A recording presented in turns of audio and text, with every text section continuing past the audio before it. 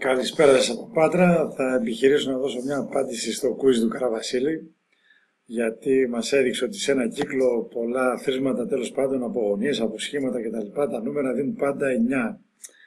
Αυτό, όπως θα σας δείξω, δεν είναι η ιδιότητα του κύκλου, είναι η ιδιότητα του 9 του αριθμού, και μάλιστα έχει να κάνει με το ότι εμείς έχουμε πει την ορθή γωνία να είναι 90 μοίρες. Ενώ θα μπορούσε να είναι που έχω 100 μοίρες, αν είχαμε ορίσει την ορθή γωνία να είναι 100 μοίρες αντί για 90, που φαίνεται πιο εύκολο νούμερο, δεν θα είχαμε αυτό το παράδοξο, τέλος πάντων, ότι όλα τα θρίσματα δίνουν 9. Πάμε λοιπόν, θα ήθελα να σας δείξω πρώτα γιατί οι γωνίες είναι πολλαπλάσια των 90 και όχι των 100. Λοιπόν,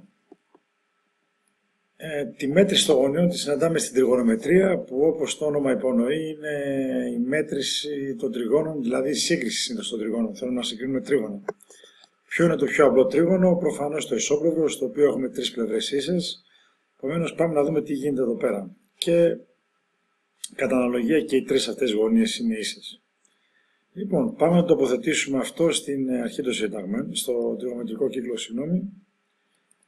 Και ας το τοποθετήσουμε συμμετρικά, δηλαδή την κορυφή του, τη μια κορυφή στην αρχή των αξώνων και άλλες δύο κορυφές συμμετρικά ως προς τον άξονα χ.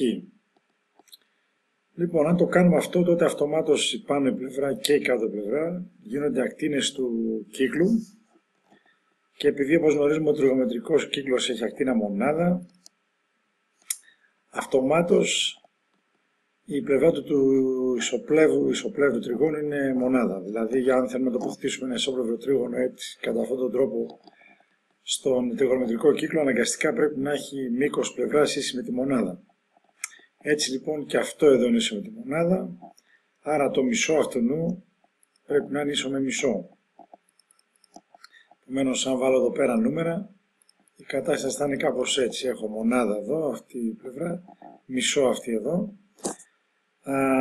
Ενδιαφέρον παρουσιάζει αυτή η γωνία θ, γιατί έχει ένα πολύ εύκολο ημίτονο. Αν θυμηθούμε, το ημίτονο είναι η απέναντι κάθετη προς την υποτείνουσα, η απέναντι είναι ένα δεύτερο, η υποτείνουσα είναι μονάδα. Άρα το ημίτονο που είναι απέναντι για υποτείνουσα είναι ένα δεύτερο απέναντι, ένα υποτείνουσα μου δίνει ένα δεύτερο. Άρα συμπεραίνουμε ότι αυτή η γωνία θ είναι αρκετά σημαντική. Έχει ένα εύκολο ημίτονο, είναι η μισή γωνία ενός ισόπλευρου τριγώνου, μιας κορυφής ενός ισόπλευρου τριγώνου. Επομένως, καταλαβαίνει κανείς ότι είναι μια σημαντική γωνία. Τώρα, πώς είναι αυτή εν σχέση με την ορθή γωνία? Προφανώς είναι μικρότερη από ορθή, αλλά πόσο μικρότερη? Για να το δούμε αυτό, βάζω δύο τέτοια τρίγωνα, το ένα δίπλα στο άλλο, έτσι ούτως ώστε να εφάπτονται. Να το αρχικό με το τρίγωνο, και τώρα βάζω και ένα δεύτερο. Τώρα εδώ πέρα έχω την όλη γωνία, την οποία τη λέω 2θ, εφόσον αυτή είναι θ, αυτή είναι 2θ. Και προσέξτε ότι η θ μαζί με τη 2θ σχηματίζουν μια ορθή γωνία. Ξεκινάμε τον ένα τον άξονα και πάμε στον άλλο. Δηλαδή, με δύο λόγια, θ και 2θ ίσον μια ορθή γωνία. Άρα 3θ ίσον μια ορθή γωνία. Τώρα, αν επιλέγαμε να ορίσουμε την ορθή γωνία ως 100 μοίρες αντί για τις 90 που έχουμε, προφανώς θα δυσκολεύαμε πολύ τα πράγματα, γιατί τότε η θ θα έβγαινε 100 τρίτα, δηλαδή 33,333 και ούτω καθεξής. Παρομοίως, η όλη γωνία 2θ, που είναι η γωνία του ισοπλεύρου, θα γινόταν 2 φορές τη θ, που είναι 66,6. Άρα αυτά τα νούμερα δεν είναι εύκολα, και επειδή, όπως σας είπα, η θ είναι μια σημαντική γωνία, όπως και η 2θ, δηλαδή η 2θ είναι η πλευρά του, είναι η γωνία του ισόπλευρου τριγώνου, αυτή είναι η μισή. Θα θέλαμε αυτές να έχουν εύκολα νούμερα, γι' αυτό λοιπόν καταλαβαίνει κανείς ότι πρέπει η ορθή γωνία να διαιρείται με το 3, άρα της δίνουμε τη τιμή 90, που είναι το επόμενο πιο κοντά στο 100, και έτσι αμέσως η θ γίνεται 90 δια 3, γίνεται 30, ενώ η 2θ γίνεται 60, τα οποία είναι εύκολα νούμερα. Λοιπόν, επομένως ο κύκλος, επειδή έχουμε ορίσει την ορθή γωνία να είναι 90 μοίρες, όλα τα άλλα πολλαπλάσια 180-360 έχουν να κάνουν με το 9. Από εκεί ξεκινάει όλη αυτή η ιστορία στο quiz. Γιατί το 9 έχει τις εξής ιδιότητες. Όλα τα πολλαπλάσια του 9, που είναι το 18, το 27, το 36 και ούτω καθεξής, έχουν την ιδιότητα ότι αν προσθέσουμε τα δύο ψηφία αυτά, δηλαδή το 1 και το 8, μου δίνουν 9, το 2 και το 7 μου δίνουν 9, το 3 και το 6 μου δίνουν 9 και ούτω καθεξής.